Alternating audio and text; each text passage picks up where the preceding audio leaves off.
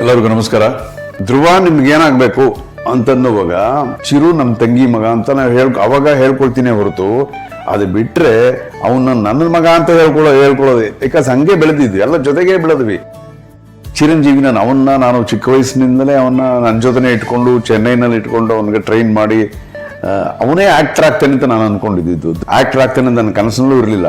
ಯಾಕಂದ್ರೆ ಧ್ರುವ ಚಿಕ್ಕ ವಯಸ್ಸಿನಿಂದ ತುಂಬಾ ಸೈಲೆಂಟ್ ಕ್ಯಾರೆಕ್ಟರ್, ಬರೀ ಅಬ್ಸರ್ವಿಂಗ್ ಅಷ್ಟೇ. ಅವನು ನಾಚಿಕೆ ಸ್ವಭಾವ ಜಾಸ್ತಿ, ಯಾರಾದ್ರೂ ಮಾತಾಡಿದ್ರೆ ಹಂಗೆ ನಾಚ್ಕೊಂಡ್ಬಿಡೋನು, ಹೆಚ್ಚಿಗೆ ಮಾತಾಡ್ತಿರ್ಲಿಲ್ಲ.